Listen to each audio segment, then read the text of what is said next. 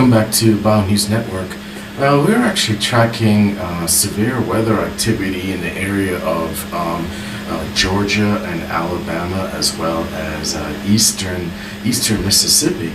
And we've actually taken a closer look at the Storm Prediction Center alerts that have been posted, and we're taking a closer look at early Saturday morning, and there's quite a bit of activity based on all the information that we've been seeing from storm chasers. Also in the region of Vernon, Texas, there have been quite a few touchdowns of different tornadoes along the way as the system makes its way.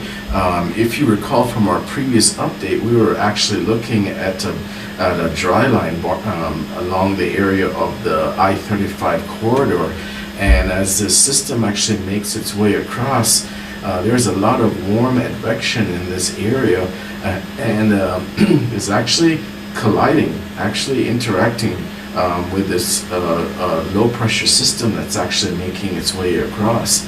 Initially, we were working with a system that was in the four corners of New Mexico, in Colorado, Arizona area, and then as the system makes its way across the Texas Panhandle into Oklahoma, there was just a lot of very turbulent activity. So we're actually just taking a closer look at the tornado alerts as well as advisories. Severe thunderstorm activity in the area of Albany as well as Savannah, Georgia. And of course, if you're brand new to this channel, please go ahead and subscribe as we bring the latest information to you in regards to severe weather and just weather in general in the continental United States.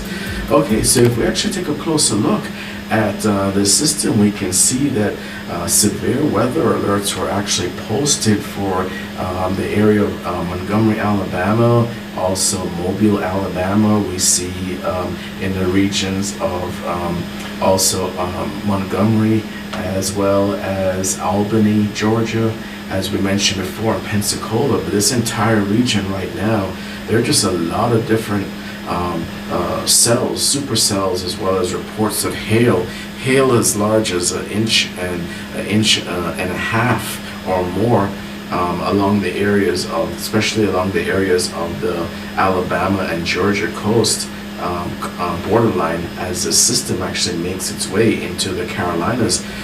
Residents of the areas of Charleston as well as Wilmington in North Carolina should prepare for severe weather. If not, you should start feeling the effects in the early afternoon of Saturday as the system makes its way in.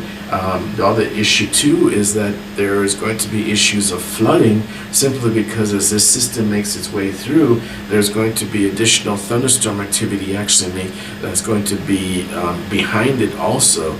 As the system makes its way into offshore, there's going to be isolated thunderstorm activity going into the night in the areas of Alabama and Georgia.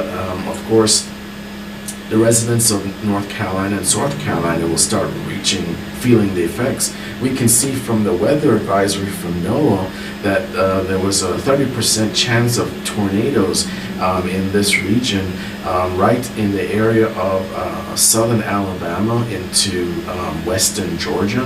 And as a system, which is very fast moving, if you actually see it on the radar, it's moving very quickly, and it should be offshore within the next 12 hours, but it's going to leave a lot of heavy flooding as well as severe thunderstorm, very damaging winds as well as hail along the way. If we go ahead and load our cuboid, we can actually take a look at the 5 elements of this severe weather that we're looking at. First, we're going to be starting off with precipitation. Then we're also going to take a look at the lapse rates as far as the extreme change in temperature and other elements as we elevate and go higher into the atmosphere, primarily looking at surface level, ground level to 500 millibars. And then we're also going to be taking a look at severe bulk sharing that we're seeing on the forecast. We're also going to be taking a closer look at storm helicity, which is another element that weather forecasters actually take a closer look at, and we're also going to be taking a look at the vertical vorticity of the system as it makes its way through. So as you can see from the cuboid, our weather cuboid, these are the 5 elements, and as we go into our forecast, we're just going to touch on each element of the weather. You can actually see how each of them actually align. A lot of times there's different subtleties in weather that don't necessarily mean that tornadoes are going to form, but we can see from the radar and also infrared satellite imagery that there's severe thunderstorms on the ground. Also reports from storm chasers on the ground of tornado touchdowns. So we definitely send a warning to residents of the area of Alabama, Georgia, South Carolina, North Carolina. Residents of North Carolina should be prepared for severe weather activity this evening on Saturday. So if we actually take a closer look at the area, we can actually see that the lapse rates are pretty high. Anything above 6.5 C per kilometer means that there's going to be instability, and we see that as the system makes its way across, we're in a very, very unstable environment as far as buoyancy and as far as air parcels actually making their way, elevating into the atmosphere very quickly. Coupled with that, also we see that we can see from our bulk sharing that there's significant bulk sharing. The winds are coming in from the west-southwest region, and we are seeing gusts as high as 90 knots. This is at a higher elevation, 500 millibars, so that's about it's quite a ways up into the not exactly halfway up to the troposphere, but that is some elevation. And with these systems, we actually see that as you go further up into the atmosphere, then sharing has a lot to do with the increased chance of tornadoes being forming because of the vorticity, as well as getting the tornadoes to actually have circulation and become cyclonic, even at the very, very high levels. And we do have dew points. Our dew points are pretty much matching up. There's very, very little dew point depression, so this is also another prescription for low-lying tornadoes to actually start forming. If we take a closer look at the storm helicity in the area, we're seeing pretty extensive helicity, which is combined with the Cape. We're seeing that these values are pretty extensive in the regions of Alabama and Georgia going forward. And this is just going to be a prescription for additional thunderstorm activity and formation going forward into the early afternoon, into the late afternoon of Saturday for Alabama and Georgia. And as we take a closer look at our vorticity, we do see that at higher elevations, 500 millibars, which is the level that we like to take a look at, because it's just under about 20,000 feet in the atmosphere, and we can take a closer look and see exactly what's actually happening with the upper atmosphere from the surface level.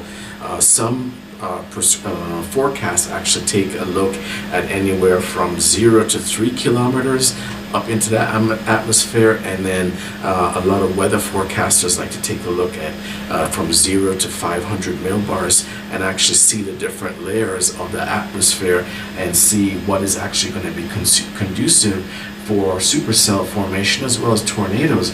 But we're actually seeing a touchdown of tornadoes in the Vernon, Texas area, and as this fast-moving system is going across, it is going to be leaving a lot of damaging winds. We're already getting a lot of reports of hail as well as severe thunderstorms in the area.